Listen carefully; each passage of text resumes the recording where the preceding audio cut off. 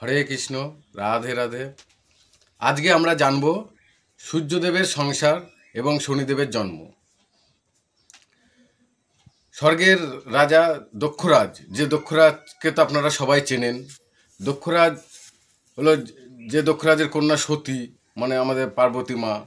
সে সতীর দেহত্যাগ করেছিলেন। সেই দক্ষরাজের আর এক কন্যা অদিতি।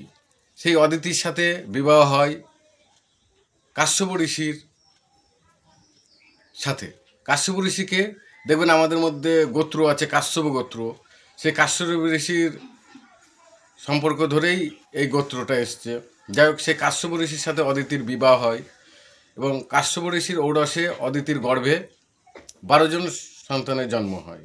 তাদের মধ্যে একজনা ছিল সূর্যদেব। সূর্যদেবের আবার বিবাহ হয় বিশ্বকর্মার কন্যা সংজ্ঞার সাথে। সংজ্ঞা এবং সূর্যদেবের তিন সন্তান হয়। তাদের মধ্যে একজন হলো বৈবস্ত্রত মনু, একজনা যমরাজ এবং একটি কন্যা যমুনা।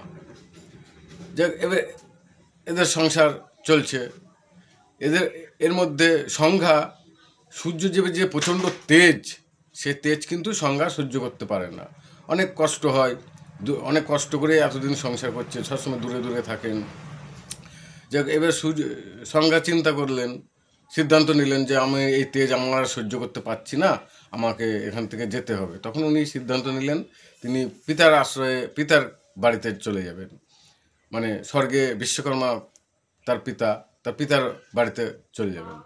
তখন তিনি চিন্তা করলেন যে এইভাবে তো যাওয়া সম্ভব না, কারণ সূর্যদেব তো এটা মানবে না। তখন সূর্যদেব সংজ্ঞা কী করলেন,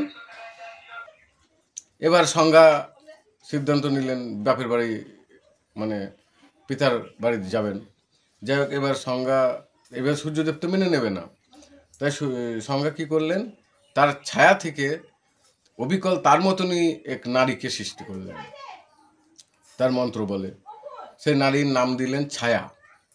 ছায়াকে বললেন যে দেখো, আমি তোমাকে সৃষ্টি করেছি, তুমি আমার একটা কাজ করতে হবে।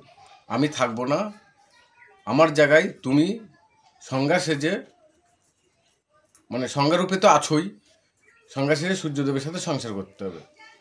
এই বলে ছায়াকে প্রতিজ্ঞা করে নিলেন এই কথা যেন কোনোদিনই প্রকাশ না হয়। যাই হোক, ছায়া রাজি হলেন, চলে গেলেন সংজ্ঞা তার পিতার বাড়ি। পিতাকে যেসব বললেন যে পিতা, এই ব্যাপার আমার অসম্ভব, আমি আর সহ্য করতে পারছি না এই সূর্যের প্রচণ্ড তেজ। তখন পিতা বললেন, না মা, তুমি এটা তো ঠিক করোনি, কারণ একটা কন্যা তার স্বামীর ঘরেই সর্বশেষ, তুমি স্বামীর ঘরে ফিরে যাও। তখন সংজ্ঞা দেখলেন, আমি যদি এখন স্বামীর ঘরে ফিরে যাই, ওইদিকে সংজ্ঞার সাথে সূর্যদেবের দ্বিতীয় সংজ্ঞা, যেটা ছায়ার সাথে সূর্যদেবের সংসার চলছে। এখন ইনি সংজ্ঞা চিন্তা করলেন, আমি যদি এখন স্বামীর ঘরে ফিরে যাই, তখন ধরা পড়ে যাব। তখন সূর্যদেব যদি অভিশাপ দিয়ে দেয়, আর সূর্যদেবের তেজ আমাকে আর সহ্য করতে পারছি না। তখন সংজ্ঞা কী করলেন, চলে গেলেন এক পর্বতে, যে তপস্যায় রত হলেন সূর্যদেবের তেজ যাতে সহ্য করতে পারে। এদিকে ছায়ার সাথে সূর্যদেবের সংসার। এখানে ছায়া দেবীরও আবার 3 সন্তান হয়। তাদের মধ্যে একজনের নাম হলো শনিদেব, একজনের নাম শনিদেব। যাই হোক, এবার ছায়া দেবীর যে 3 সন্তানকে তিনি মায়া, মমতা, ভালোবাসা এগুলো সম্পূর্ণ ভালোভাবে পোষণ করেন, কিন্তু তার সংঘাত যে 3 ছেলে মেয়েকে, তাদেরকে অবহেলা চোখে দেখা হয়।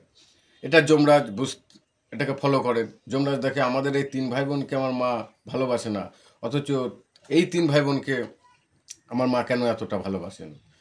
তখন উনি কোনো এক কারণে ক্রোধবশত ওনার মাকে পা দেখান বা পা তুলেছিলেন। তখন ওনার মা, মানে ছায়াদেবী অভিশাপ দেন যে তুই সন্তান হয়ে আমাকে পা তুললি, তোর পা খসে পড়বে। তখন তো যমরাজ ভয়ে সূর্যদেবের কাছে যান, পিতা এই ব্যাপার, হ্যাঁ কিছু তো ব্যবস্থা করো না, আমার পা খসে পড়বে, মা আমাকে অভিশাপ দিচ্ছে।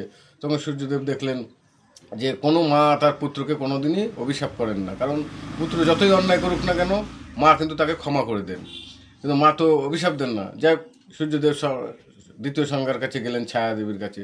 কী ব্যাপার সংজ্ঞা, তুমি পুত্রকে এভাবে অভিশাপ দিয়েছো কেন? পা তুলেছি, তাদের যে কথোপকথনে সূর্যদেবের সন্দেহ হয়। তখন সূর্যদেব ধ্যানযোগে জানতে পারেন যে ইনি সংজ্ঞা নয়, ইনি ছায়াদেবী। তখন ছায়াদেবীকে অভিশাপ দিতে যায়, তখন ছায়াদেবী সব ঘটনা খুলে বলেন সংজ্ঞার ব্যাপারে। তখন সব সত্য কথা বলাতে সূর্যদেব তাকে অভিশাপ দেয় না। সূর্যদেব তখন তার শ্বশুর ঘরে মানে সংজ্ঞার বাড়িতে বিশ্বকর্মার আশ্রয়ে যায়, যে দেখেন যে ওখানে সংজ্ঞা নেই। বিশ্বকর্মা বলে এই ব্যাপার। তখন বিশ্বকর্মা সূর্যদেবকে আলিঙ্গন করে কিছুটা তেজ বিশ্বকর্মা গ্রহণ করে নেয়। সূর্যদেবের তেজ কিছুটা হলেও কমে। তখন সূর্যদেব সেই পাহাড়ে পর্বতে যায় যেখানে সংজ্ঞা তপস্যা করছে, ঠিক আছে, যেখানে সংজ্ঞা তপস্যা করছে।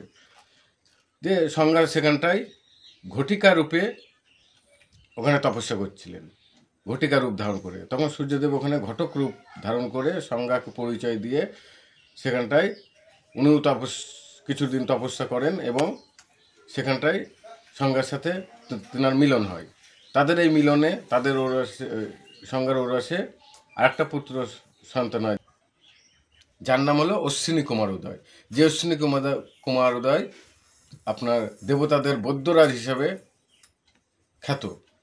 যাই হোক, এইটুকুই ছিল সূর্যদেবের সংসার এবং শনিদেব সূর্যদেবের সন্তান।